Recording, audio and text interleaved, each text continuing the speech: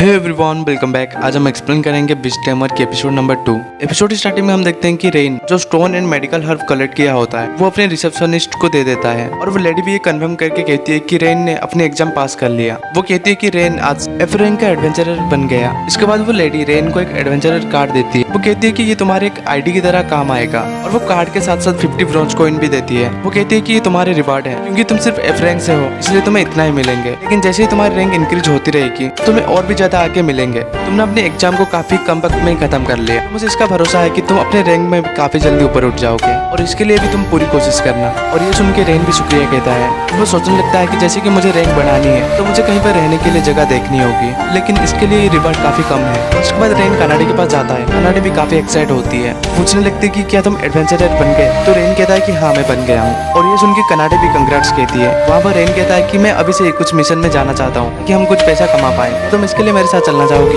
ये सुन के कनाडा भी खुश होती हुई कहती है हाँ मैं चलूंगी। तभी वहाँ पर एक बंदा पहुंच जाता है। वो बंदा कहने लगता है कि ये प्रिटी गर्ल तो काफी ज्यादा रेयर है और उसे पता चल जाता है कि कनाडा एक कैट स्पिरिट है। वो कहता है कि मैं पहली बार देख रहा हूँ कि कोई कैट स्पिरिट यहाँ पर है, आखिर तुम यहाँ पर क्या कर रही हो? और ये सुन के कनाडा कहती है कि मैं तुम्हें कुछ भी बताना नहीं चाहती हूँ। और ये सुन के बंदा कहता है कि इतना कोल्ड होने की कोई जरूरत नहीं है, क्यों ना हम मिलकर साथ में ड्रिंक करें, तुम एक बच्चे के साथ तो घूम रही हो, ये अच्छा रहेगा कि तुम मेरे साथ चलो। और ये सुन के कनाडा गुस्सा होने लगती है और वो कहती है कि मेरे मास्टर का मजाक मत बनाओ, वैसे भी रेन मेरा टेमर है। रेन भी कहता है कि मैं एक बिस्ट टेमर हूँ। ये सुन के वो बंदा हंसने लगता है और वो कहता है कि ऐसा माना जाता है कि कैट स्पिरिट एक अल्टीमेट स्पेसिस है, तो तुम्हारे जैसे एक बच्चा अल्टीमेट स्पेसिस को टेम कभी भी नहीं कर सकता। और ये सुन के कनाडा कहती है कि तुम्हारे जैसे एक अंधा ये नहीं देख पा रहा है, रेन तो सच में काफी ज्यादा ताकतवर है और तुमसे तो बहुत ज्यादा। और ये सुन के वो बंदा कहता है कि अगर ऐसी बात है तो इनके साथ एक कॉन्टेस्ट करने के लिए वो कहता है। और एक कॉन्टेस्ट के रिवार्ड में कनाडा एक रिवार्ड होगी। यहाँ पर वो बंदा हैंड रेसलिंग फाइट करने के लिए बैठ जाता है। बंदा कहने लगता है कि अगर तुम कैट स्पिरिट के साथ भी टेम कर सकते हो तो तुम मुझे हराना ये तुम्हारे लिए आसान होगा। रेन सोच रहा होता है कि मुझे फर्क नहीं पड़ता ये बंदा मेरे बारे में कुछ भी बोले, लेकिन अगर अभी मैं इससे नहीं लड़ा तो ये बाद में कनाडा को परेशान कर सकता है। और उसके बाद रेन भी वो चैलेंज एक्सेप्ट कर लेता है। वो भी पंजा लड़ाने के लिए बैठ जाता है। यहाँ पर रेन अचानक वो बंदे को आसानी से हरा देता है और वो टेबल भी थोड़ा टूट जाता है। वो बंदा दर्द से चिल्लाने लगता है। यहाँ पर रेन भी समझ नहीं पा रहा होता कि आखिर उसने कैसे ये जल्दी कर लिया। वहाँ पर आवाज सुन के वो लेडी पहुंच जाती है। वो कहने लगती है कि तो तुम यहाँ पर फिर से आ गए। उसके बाद वो रेन के पास आके माफी मांगने लगती है। वो कहती है कि ये बंदा काफी दिनों से सबको परेशान कर रहा है और इसके लिए मैं ये सोच रही थी कि इसे हम गिल्ड से बाहर निकाल दे। वहाँ पर वो बंदा वो लेडी की स्कर्ट को पकड़ लेता है और रिसेप्शनिस्ट भी गुस्सा होकर टेबल को उसके ऊपर लाके रख देती है। तभी वो लेडी रेन से कहने लगती है कि मैं अभी भी हैरान हूँ कि तुम अपने पहले ही एग्जाम में एक अल्टीमेट स्पेसिस के साथ कॉन्ट्रैक्ट करने के लिए मैनेज कर लिया। और ये सुन के भी वो दोनों काफी डर जाते हैं। तभी वो लेडी कहती है कि इसके लिए मुझे माफ करना कि मैं तुम्हें डरा दिया। और इसके बाद वो फिर से नॉर्मल होकर कहती है कि रेन तुमने काफी जल्दी काफी अच्छा अचीवमेंट किया और मैं आगे भी इस तरह की तुम्हारे अचीवमेंट देखना चाहूंगी। और इसके बाद वो वही बंदा को खींच के लेके जाने लगती है। और यहाँ पर रेन भी काफी कंफ्यूज होता है और वो कहता है कि मुझे नहीं पता था कि मेरे पास इतनी ज्यादा ताकत थी। और ये सुन के कनाडा कहती है कि तुमने नोटिस नहीं किया रेन, जब भी तुम किसी अल्टीमेट स्पेसिस के साथ टेम करोगे तो तुम्हारे पास भी वो अल्टीमेट स्पेसिस की तरह ही ताकत आ जाएगी। तुम्हें भी कैट स्पिरिट की तरह फिजिकल स्ट्रेंथ मिल चुकी है। और यहाँ पर रेन कंफ्यूज होता है और वो कहता है कि मुझे इसके बारे में नहीं पता था और हमारे होम टाउन में भी किसी ने अल्टीमेट स्पेसिस के साथ टेम नहीं किया है। यहाँ पर कनाडा कहने लगती है कि इस बात को छोड़ो, मैं इसके लिए खुश हूँ कि तुमने मुझे प्रोटेक्ट करने के लिए कोशिश किया। यहाँ पर रेन भी थोड़ा शर्माने लगता है। अभी कनाडा कहती है कि तो ठीक है, हमें थोड़ा काम कर लेना चाहिए। नेक्स्ट सीन में हम देखते हैं कि वो दोनों हर्ब कलेक्ट कर रहे होते हैं। और यहाँ पर कनाडा पूछती है कि हम लोग फिर से हर्ब क्यों कलेक्ट कर रहे हैं, तो अभी एडवेंचरर बन चुके हैं, तो हमें किसी मॉन्स्टर को मारना चाहिए या फिर किसी किडनैप प्रिंसेस को बचाना चाहिए।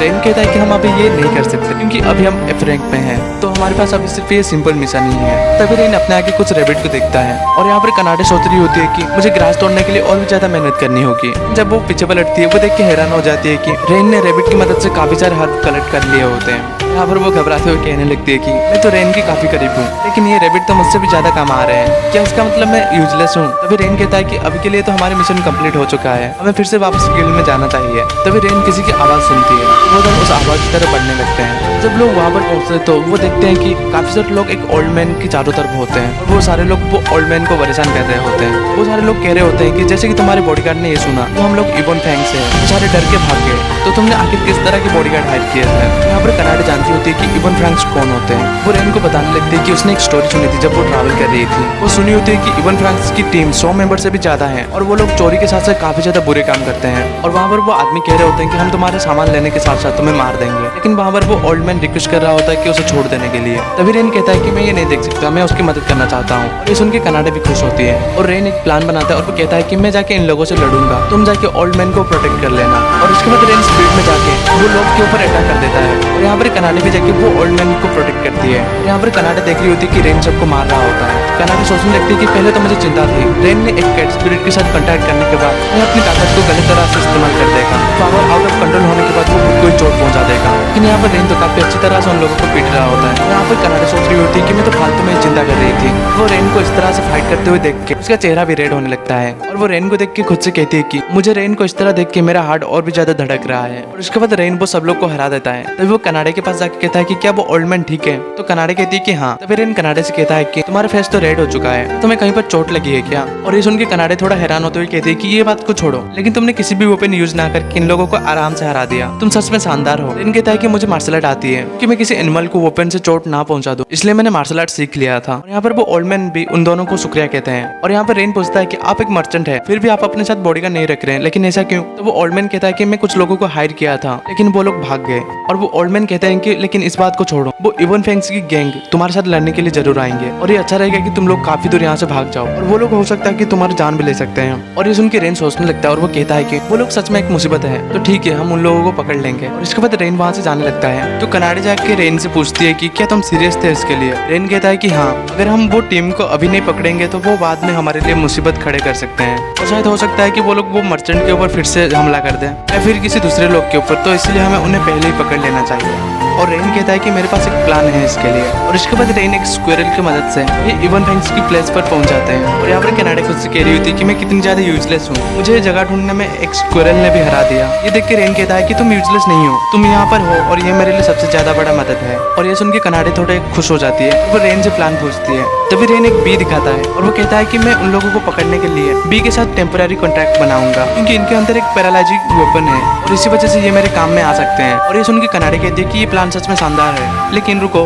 बी तो एक इंसेक्ट होती है, तो तुमने बी के साथ कैसे टेम किया? और ये सुन के रेन कहता है कि क्या तुमने इंसेक्ट टेमर के बारे में सुना है? उनका भी जॉब बिल्कुल बिस्ट टेमर की तरह ही होता है। और जब मैं अपने होम टाउन में था तो मैं इसके लिए भी थोड़ा ट्रेनिंग किया था, लेकिन मैं इसमें परफेक्ट नहीं हूँ। और ये सुन के कनाडा थोड़ा हैरान होते हुए कहती है कि तुम तो अब से ही दो जॉब कर सकते हो, ये सच में काफी अच्छा है। रेन कहता है कि वो इंसेक्ट का इस्तेमाल करके वो टीम के ऊपर अटैक करेगा। और वो कनाडा से पूछता है कि क्या तुम टाउन पर जाके रीइंफोर्समेंट लेके आ सकती हो? ये सुन के कनाडा कहती है कि तुम हमेशा डेंजरस काम खुद ही करते हो। और वो थोड़ा दुखी होते हुए कहती है कि क्या मैं सच में यूजलेस हूँ? और ये सुन के रेन कहता है कि तुम यूजलेस नहीं हो। कनाडा पूछती है कि तुम्हारा रीइंफोर्समेंट का मतलब क्या है? रेन कहता है कि तुम्हें नाइट्स या फिर एवेंजर्स को यहाँ पर बुलाना होगा, क्योंकि यहाँ पर 100 से भी ज्यादा लोग हैं और उन्हें वो लोग पकड़ सकते हैं। कनाडा कहते हैं कि अगर ऐसी बात है तो ठीक है, लेकिन तुम अपना ध्यान रखना। और ये सुन के रेन कहता है कि हाँ, अगर मुझे डेंजर फील होगा तो मैं वहाँ से भाग जाऊंगा और मैं इसके लिए तुमसे वादा करता हूँ। उसके बाद कनाडा वहाँ से चली जाती है। उसके बाद वहाँ पर बहुत सारे बी इकट्ठा हो जाते हैं और वहाँ पर रेन भी बहुत सारे बी के साथ टेम्पररी कॉन्ट्रैक्ट बनाता है।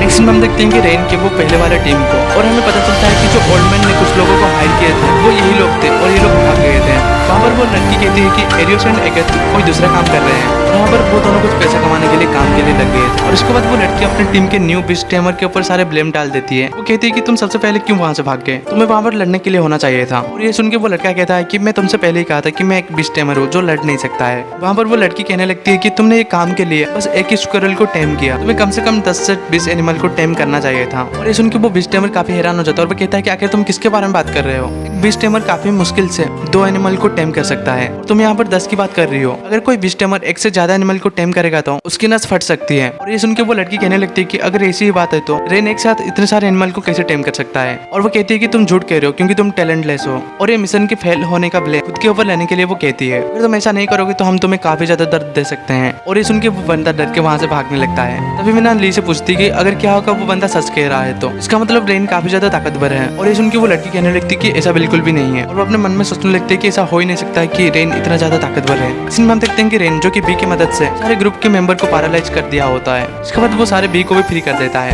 फिर वहाँ पर कनाडा भी कुछ लोगों को लेकर वहाँ पर पहुंच जाती है। वहाँ पर कुछ एडवेंचरर कहने लगते हैं कि तुम एडवेंचर के साथ साथ गिल्ड में भी काफी अच्छे हो, बाकी ये सब तुम हमारे ऊपर छोड़ दो और तुम जाके रेस्ट करो। रेन वहाँ पर पूछता है कि तो यहाँ पर नाइट क्यों नहीं आए? तो सुन के वो लोग कहने लगते कि नाइट को ये अच्छा नहीं लगता कि वो हमारे साथ काम करे। उसके बाद रेन कनाडा के ऊपर हाथ रखते हुए कहता है कि इसके लिए तुम्हारा शुक्रिया कि तुमने फोर्स लेके यहाँ पर आई। यहाँ पर फिर कनाडे भी रेन की मदद करने के बाद काफी खुश होती है। तभी वहाँ पर कुछ आवाज के साथ साथ जमीन में हिलने लगती है। तभी वहाँ पर कुछ मॉन्स्टर बाहर आने लगते हैं और यहाँ पर रेन भी वो मॉन्स्टर को देख के काफी हैरान होता है। सोचने लगता है कि सी रैंक के मॉन्स्टर आखिर यहाँ पर क्या कर रहे हैं। तभी वहाँ पर इवन फैंक्स के एक ग्रुप की बंदा कहने लगता है कि ये वक्त के लिए ही उन्हें पेट बनाया था, ये मॉन्स्टर उन लोगों को खत्म कर देगा। अभी वो मॉन्स्टर वो ये आदमी को ही मार देता है और यहाँ पर वो मॉन्स्टर सभी को मारने लगता है। ये देख के रेन वो लिजर्ड मैन को जाके एक मुक्का मारता है और ये देख के वहाँ पर लोग भी काफी हैरान हो जाता है कि आखिर ये कैसे कर रहा है ये सब। वहाँ पर रेन अपने एक एडवेंचर से कहता है कि तुम इन सबको लेके बाहर चले जाओ, हम इन सबको संभाल लेंगे। उसके बाद वो लोग भी बाहर चले जाते हैं। यहाँ पर रेन सोच रहा होता है कि अगर मैं वही पहले वाले हीरो के साथ होता तो मैं डिसाइड कर लेता कि इन लोगों से नहीं लड़ने वाला,